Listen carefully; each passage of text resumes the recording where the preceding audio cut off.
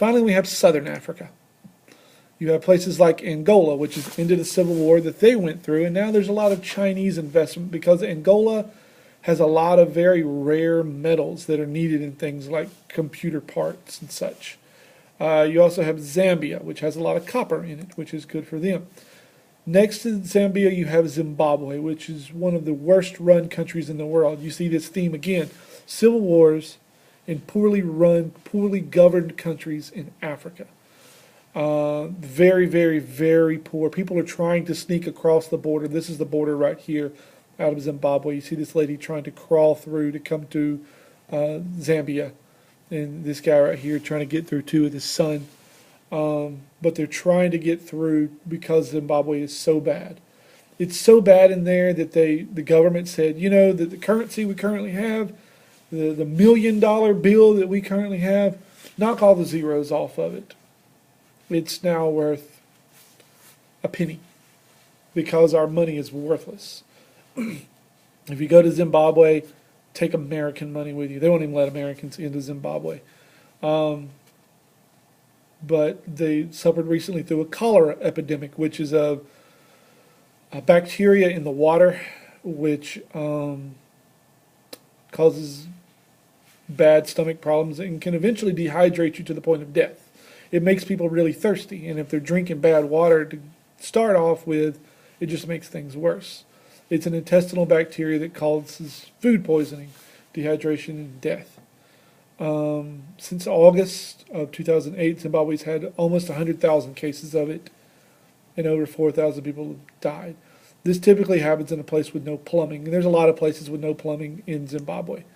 The leader of Zimbabwe is a man named Robert Mugabe, and he is a bad, bad, bad leader.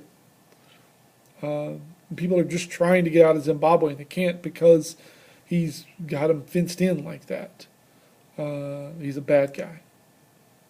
When you get further down, you look at Botswana. Botswana has lots of diamonds and gold, which is very good. And they use that the diamonds and the gold there to make sure the money gets back to the people so that Botswana is well taken care of. The people of Botswana are well taken care of. You also have Namibia, which is actually a very popular tourist place for someone from Africa. It's very dry, but it's very picturesque. It's really pretty.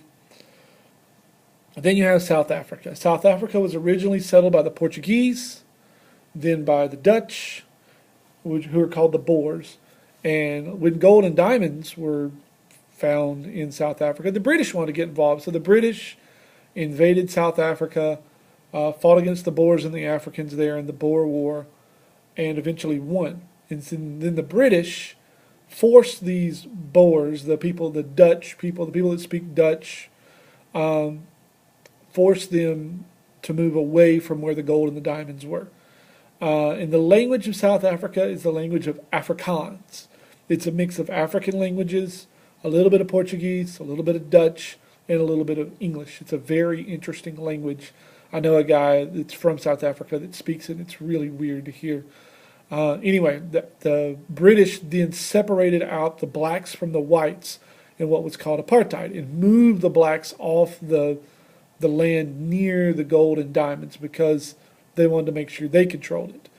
And one of the guys who was really outspoken against it was a man named Nelson Mandela. And for years and years and years, he was jailed because he opposed apartheid. And eventually he was released and voted president of South Africa, ending apartheid. There's Johannesburg, and those are large diamond mines, or what those are. But this is the city of Johannesburg. Folks there call it Joburg, but they know what you're talking about. And Cape Town, which is on the very coast of southern Africa, has penguins. Yes, it's not that cold, but it has penguins. There are a lot of islands in around Africa.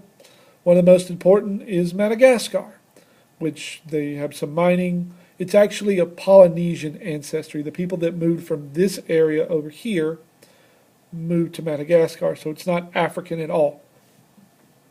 One of the prime things that Madagascar is doing is loaning out land to other countries, like South Korea. South Koreans have bought or lent land from Madagascar so they could grow crops. They got a new president a couple of marches ago because the old president resigned. And in Madagascar, they like to move it, move it. If you've seen the movie, you know what I'm talking about. Cute movie.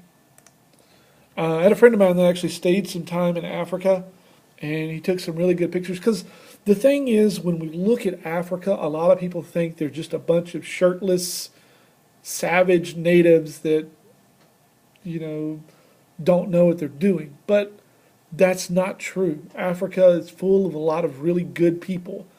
They just happen to have been led by some really bad people or dealt a bad hand in where they live. But Africa really is a wonderful place, and it's a promising place. Strangely enough, Africa is also a really huge cell phone market, which you wouldn't think, but because it's so spread out and rural, people have cell phones in Africa, lots of them. But it is a place of joy. There are bad things in Africa, but there are also good things in Africa. You see, these kids are all dressed here to go to school.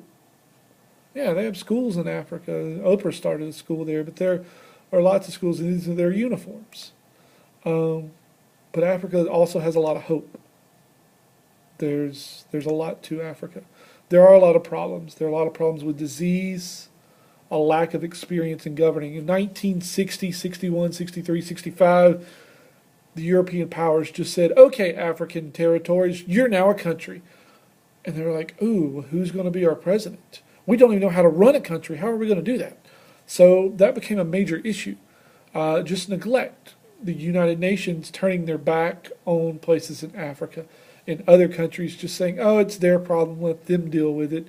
Because a lot of countries in Africa don't have oil or diamonds or gold, good important resources that the rest of the world sees as valuable. Some of these countries don't have, so we don't need to worry about it. That's kind of the way the world looks at them. There's a lot of poverty, a lot of poor people. They struggle with drought, lack of rainfall, problems with water rights, famine, not having enough food. In the 1980s, Ethiopia suffered through a massive famine. There's a lot of debt. These countries are borrowing money left and right just to try to feed their people. They also have problems with genocide. This group of people being mad at that group of people, and they kill them. There's a short life expectancy. In Zimbabwe, the average person only lives to the age of 38. That's sad. High infant mortality because a lot of these people don't live next to hospitals or near hospitals. They have their children out in the rural areas and just hope they live. There's very little governing experience. There's a lot of brain drain. The people who are really smart in Africa, you know what they're doing? They're going to the United States, they're going to England, they're going to France, they're going to college, and then they're staying. They're not coming back. And so these countries in Africa are suffering through brain drain. There's terrible atrocities like female circumcision. There's still slavery that goes on in Africa. There are different diseases like schistosomiasis, malaria, Ebola. The tsetse fly carries different diseases. So does the mosquito and Anopheles. AIDS is a huge problem. 9% of all Africans have AIDS. When you go to Botswana, 40% of Botswanans have AIDS. Same thing in Swaziland. It's sad, but there are groups of people that are trying to better their situation, trying to help them out because they need help. Africa needs a lot of help, and so there are a lot of charities that have turned around and said, hey, Africans are people too, and we need to take care of them.